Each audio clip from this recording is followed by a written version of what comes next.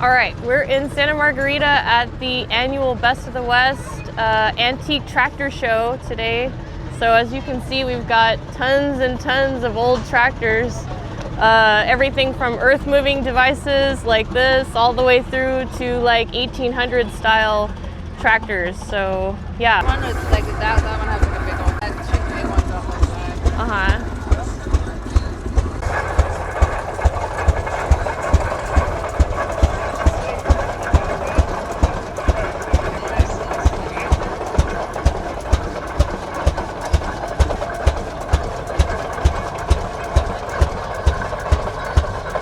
Damn, that's sick.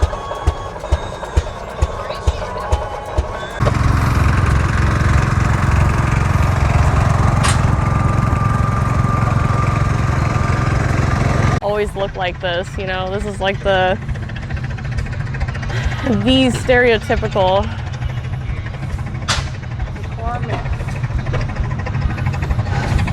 So look at, like, when did they start putting tires on tractors, right? That's a good question. I'm not sure. Maybe you could read some of these signs and find out. I'm not the best tractor historian. You're gonna auction it off.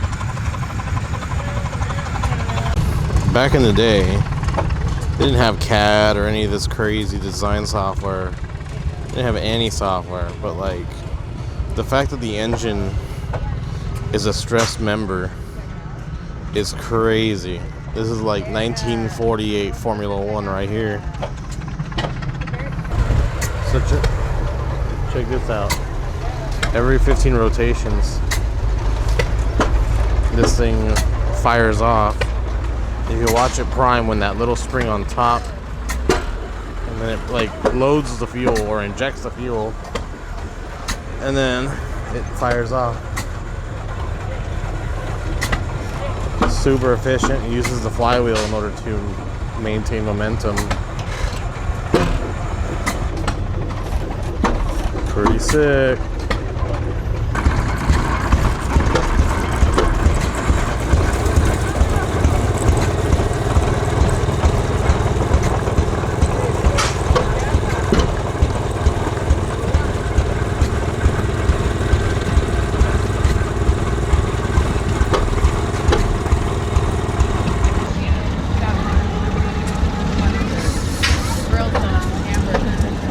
Got a windmill.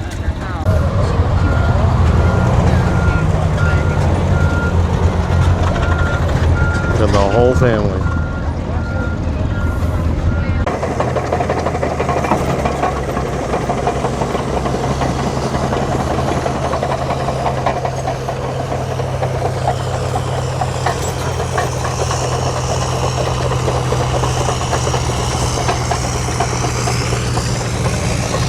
What do we have going on here? So this is the earth moving demonstration, and basically what we have is a bunch of different types of earth moving vehicles, whether it be graders, multiple different types of graders, bulldozers. We've got these that are laying material out. But yeah, all of them designed for the same purpose, for making roads nicer.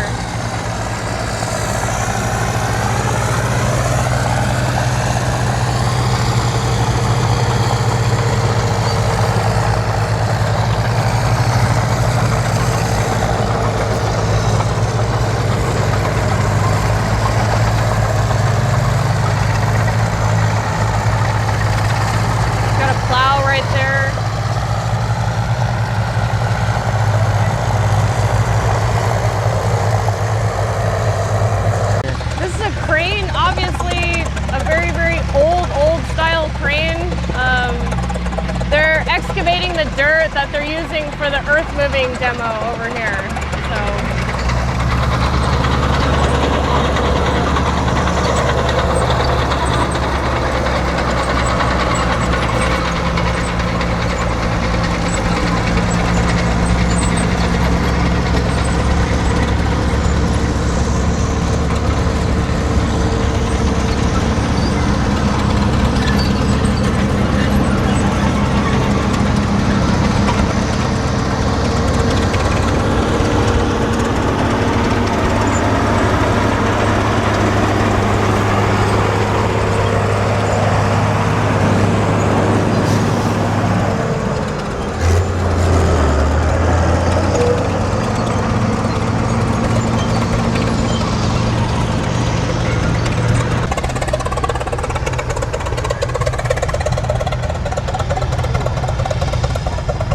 he drops the bucket,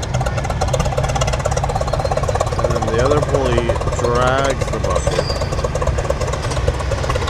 driving it further and further into the soil, and into the hole,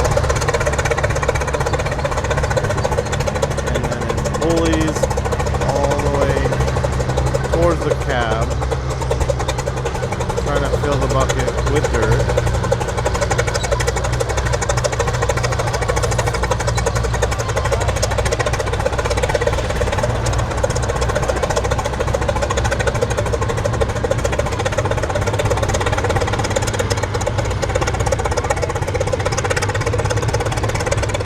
Swings it over.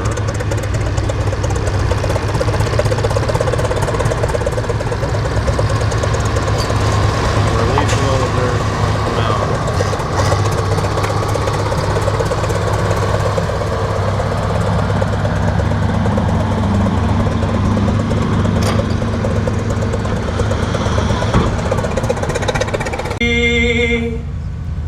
By the dawn's early light, what so proudly we hailed at the twilight's last gleaming, whose broad stripes and bright stars through the perilous fight, o'er the ramparts we watched, were so gallantly streaming, and the rocket's red glare, the bombs bursting in air, gave proof through the night that our flag was still there. Oh, say does that star-spangled banner yet wave o'er the land of the free and the home of the brave.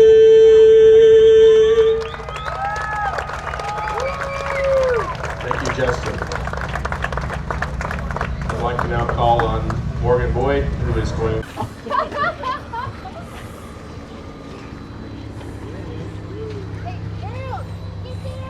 Wow.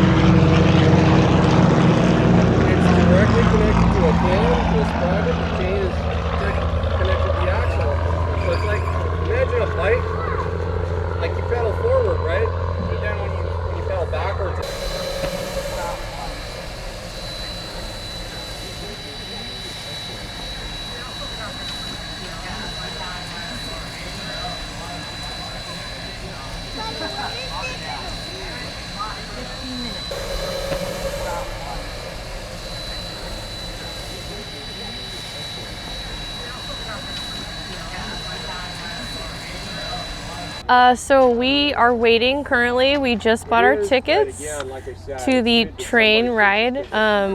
There's a train parked right over there, which I'm pretty sure you got a shot of just a minute ago. And what it does is it takes us on a big loop around the far side of the airfield here at Santa Margarita Ranch.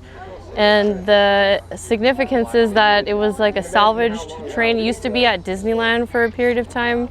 And then they came into possession of it here and restored it and all that. So yeah, this used to be a car that got pulled around at Disneyland way back in the day, decades ago. So okay, so now we're inside the train, and again, these were all salvaged from Disneyland, so these used to operate over there.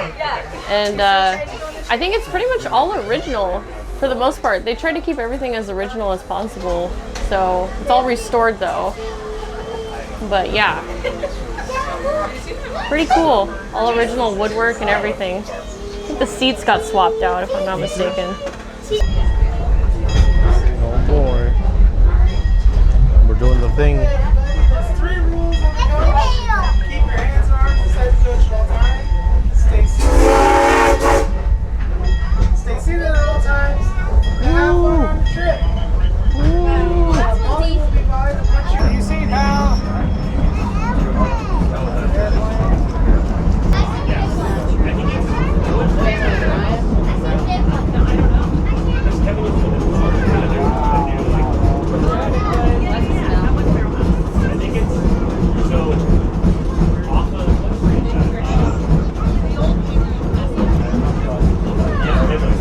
What did I think? I mean, sick as usual. You get to take a little lap around here and get to hear the train running and whatnot. Pretty sick. With my really good friend Eric. He's been coming to this for a number of years now, but he participates in one of the teams, right? Yeah, it's a committee. One of the committee, okay. It would be actually a team. We are a big group of people that work together really well, so yeah, definitely a team. Yeah, so Eric's gonna talk about some of the rigs they have here today and what the significance of them are. Yeah, so over on this side right now, it's just a short view of them. But that green and red tractor right there, that was one of the first gasoline-powered tractors in California ever. It was purchased at the World's Fair, 1906, brought over here on a train to Lockwood, California for the Patterson family. And they brought a mechanic with them to put it together. And then once they got it all together, getting ready to run it, then they realized they forgot gasoline. So it took another 2 months for the train to go back to New York, which is where they had the gasoline, and bring it back over here for them to run it. So that one's a pretty significant piece of equipment. It was one of our first ones to the museum, but also because it's so old, it was pretty run down. So it's been restored a number of times. However, there's large gears in there that are spinning the wheels, and those were so worn out that they weren't catching anymore. So about 3 years ago, we had a college from the Midwest. I forgot exactly which one it was, but they came over and they 3D scanned everything. They put little stickers of dots on them. They 3D scanned it. They had a full model of what that sprocket was, and we had that thing fully recast in original metallurgy, you know, the same composition it was before. We had it machined and ground down, and then we had to use multiple forklifts and put it back together for each wheel.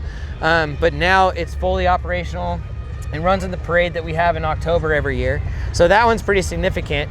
And then down the line over here, there's 3 tractors. There's this little 3-wheeled green one, the tracked green one, and the silver one that a bunch of people are standing in front of right now. But that light green one here on the far left, that's a local man. His name's, you're gonna have to edit that. Forgot what his name is right now. Anyways, that man right there, he is one of the judges for the tractor restoration competition that we have at the fair every year. His family has owned that since it was brand new, local to Santa Margarita, Templeton area, goes back and forth. The next one over is the second one to our museum that is also new to us. It's from a collection up in Woodland, California that just donated 23 pieces of equipment. I'm sorry, that actually is on loan, but we're taking care of them.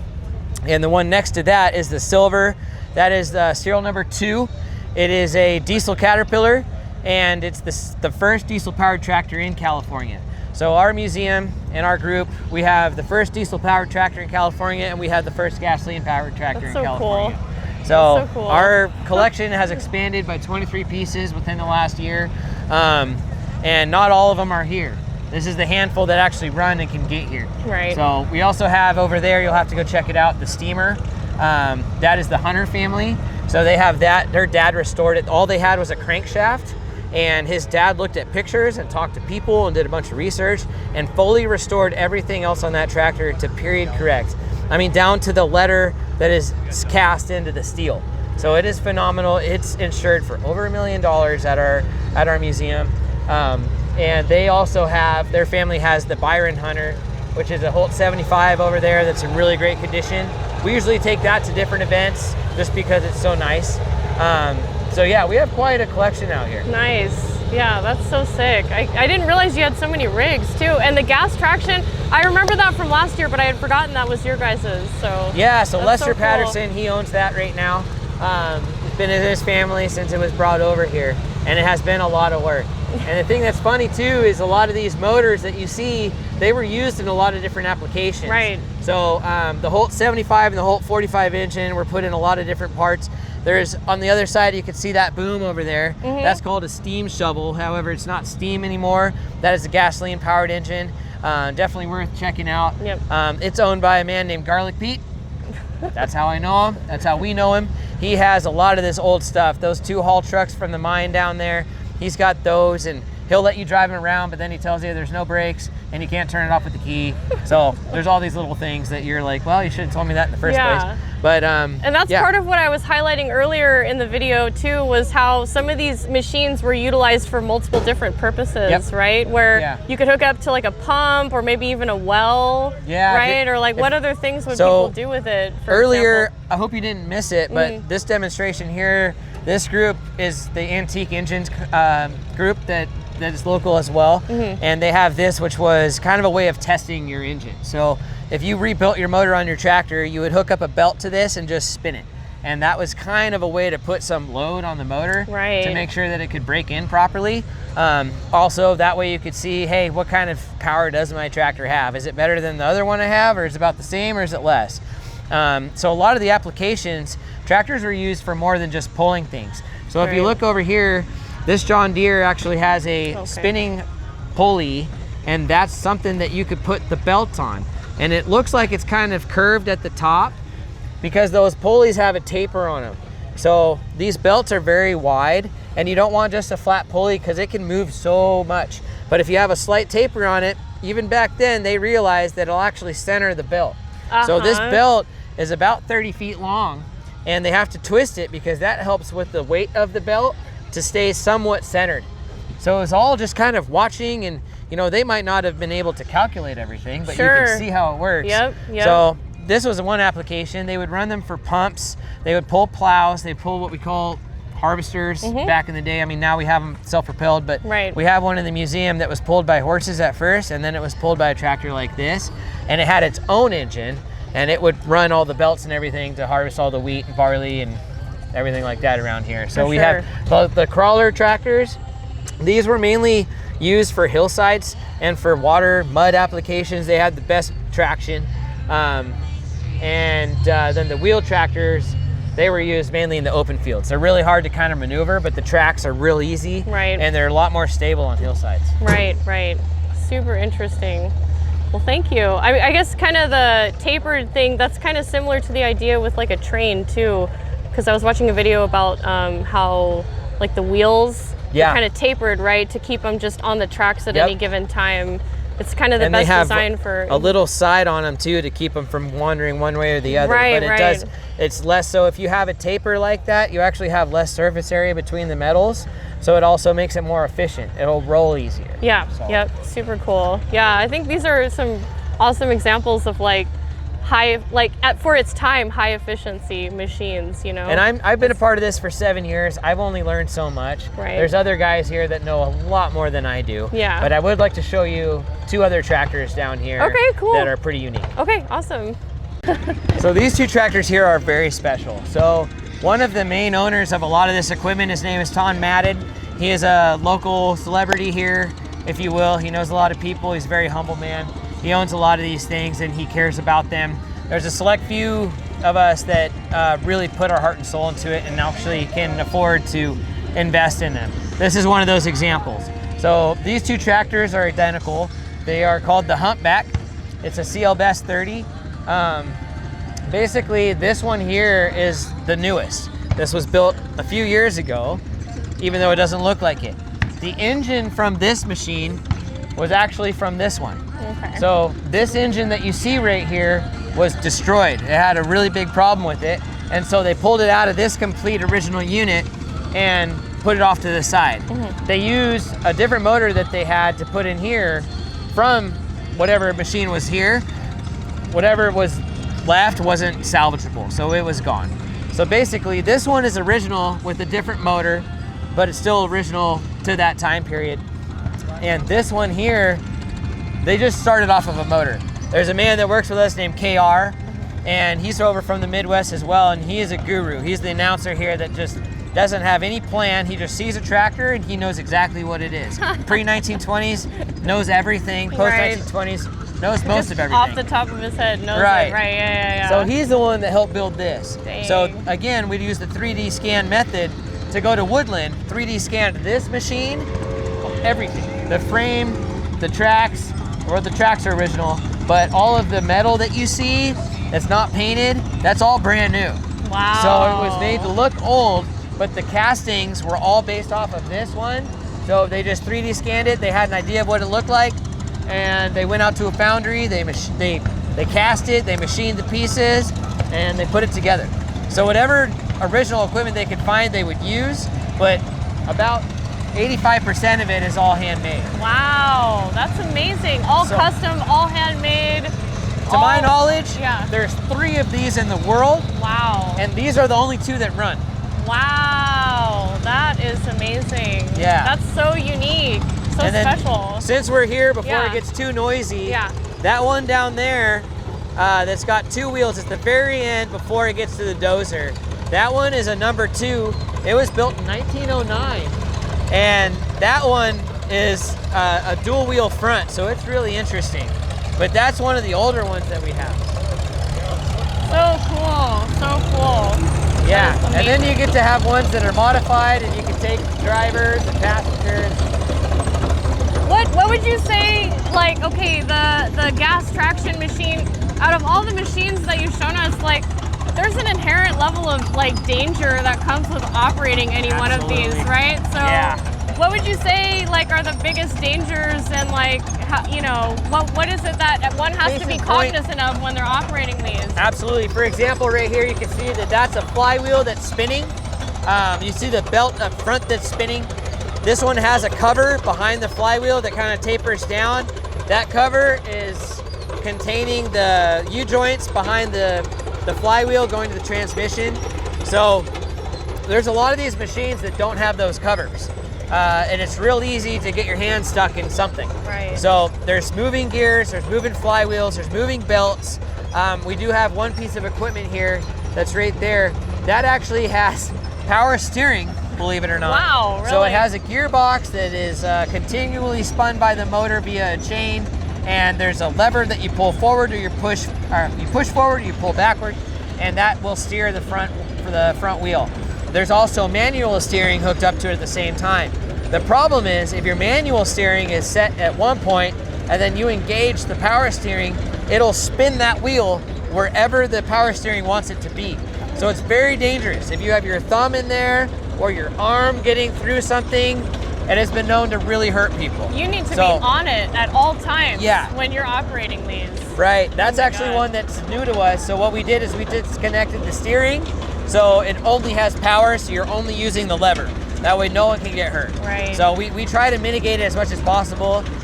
We also have, everyone has these shirts now. If you have this shirt, then you know how to run most of the equipment. If I, for some reason, don't know how to run it or can't get it going, then I know who I can ask to do it. Sure. So there's a few of us that have experience with everything, and there's most of us that have experience with most of it. So we always know to ask questions. We don't let our ego get involved.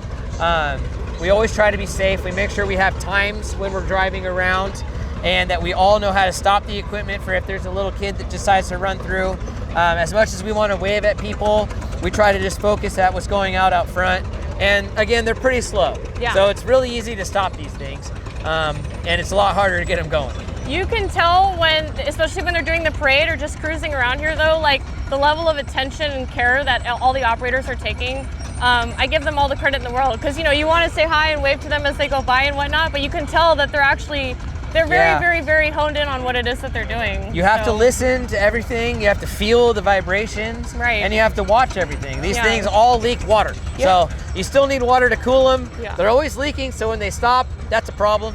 So you want to make sure you get Yeah. water back in it. Yeah. But yeah, all of these things, they sit for a while, and you put a little bit of gas in them, and you spin it over, and it fires up. It's Yeah. really fun to be able to like feel where that motor wants to just turn over and just start itself. Yep. It's science that was in the very beginning something that I could have never thought of. Sure, no, it's amazing the engineering that went into it and the time period that it happened in. That's what I was trying to impress upon. A couple of our friends were here with us earlier, and they were saying, well, what is it exactly that the operator is doing? And I was trying to tell them, listen, like, the thing is that there's just all manual. All of this is a completely manual process, and it's all done by experience, by feel, by knowledge of the machine, by the little nuances that they're involved with every single machine and how it operates. So, it's a fine science, and there's a lot more to it than just getting behind the wheel and driving the gosh darn thing, right? Well, that's the big difference between having an automatic vehicle and a manual vehicle. You could drive any one of these if you know how to drive a manual. Sure. Being able to have that skill, which is kind of a falling art, there's not a lot of manual vehicles around anymore. Right. That's what gives you that feeling of, okay, here's the gear. Here's what happens when I let out the clutch and the shuddering that can happen or the lack of it. But really just understanding that everything runs about the same. Yeah. It's kind of crazy because if you want to go right, you want to go left, you have two things you have to do. You have to move this lever, then pull that, and then put it back. But I'll tell you, that steamer over there is like a steam train, which is also what we have, right?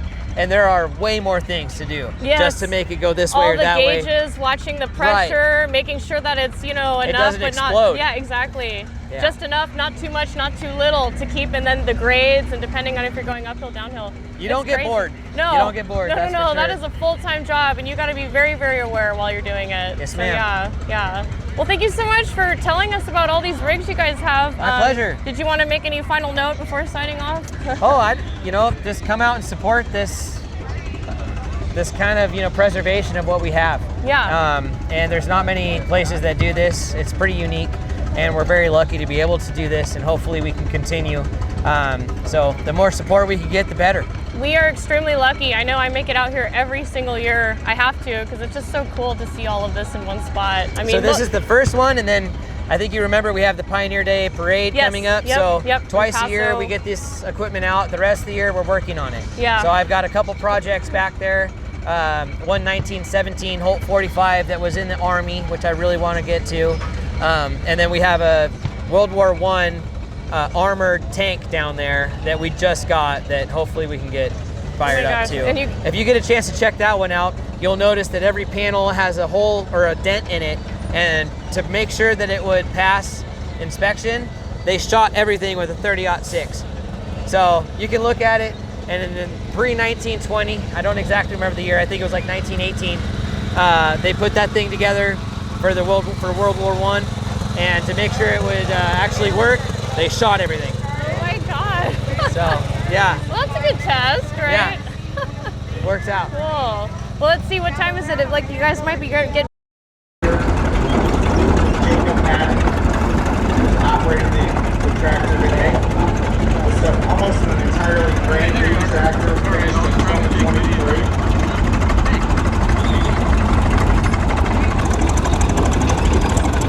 The smaller two-track machine is a Best 30.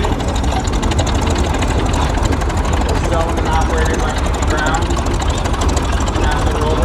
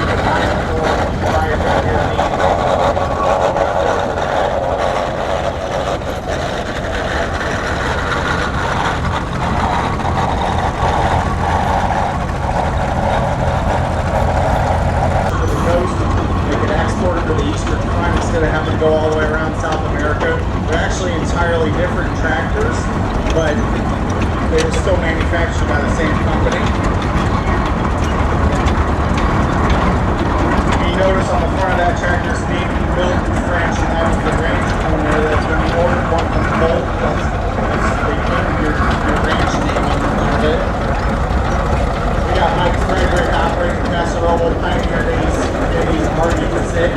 It's a 3-cylinder diesel tractor.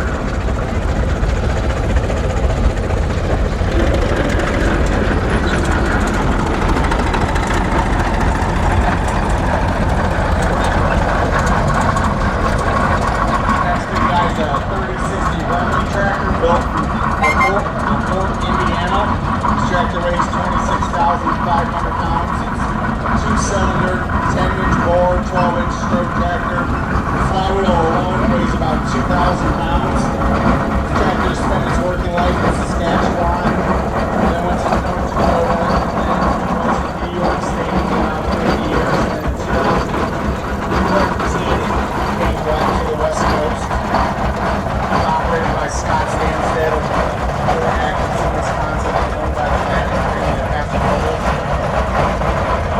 These were built in 1948 and beyond by the Ford Motor Company. Top of the ground. We got Miles up there. Miles 10 years old from Lincoln, Nebraska. We're really glad he came out to help this weekend. Yeah, Miles. Woo! Woo! Woo! Here on the outside we have an Adder Cat.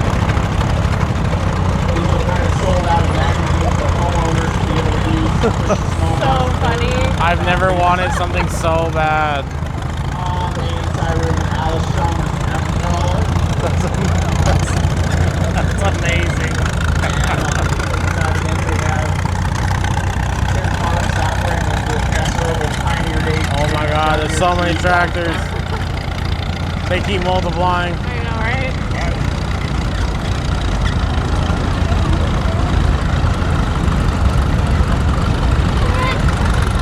After they discontinued and kept the Caterpillar 30.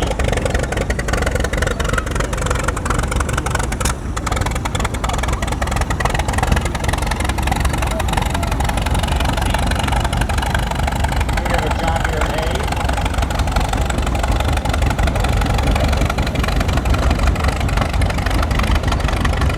This next John Deere G is kind of set up for pulling.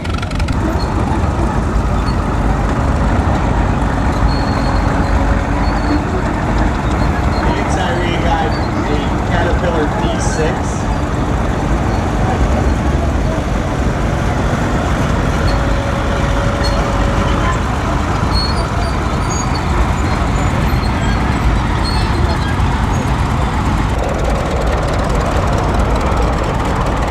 Chris in our road. Got Mike Frederick up there.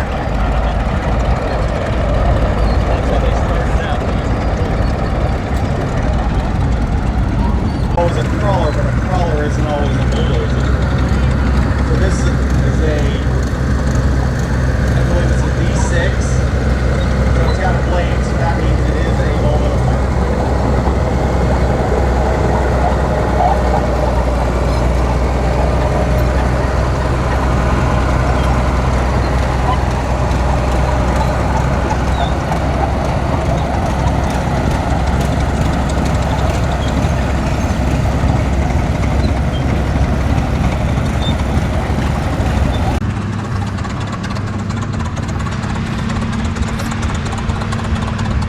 Check out that old rolls. Can you hold this, girl?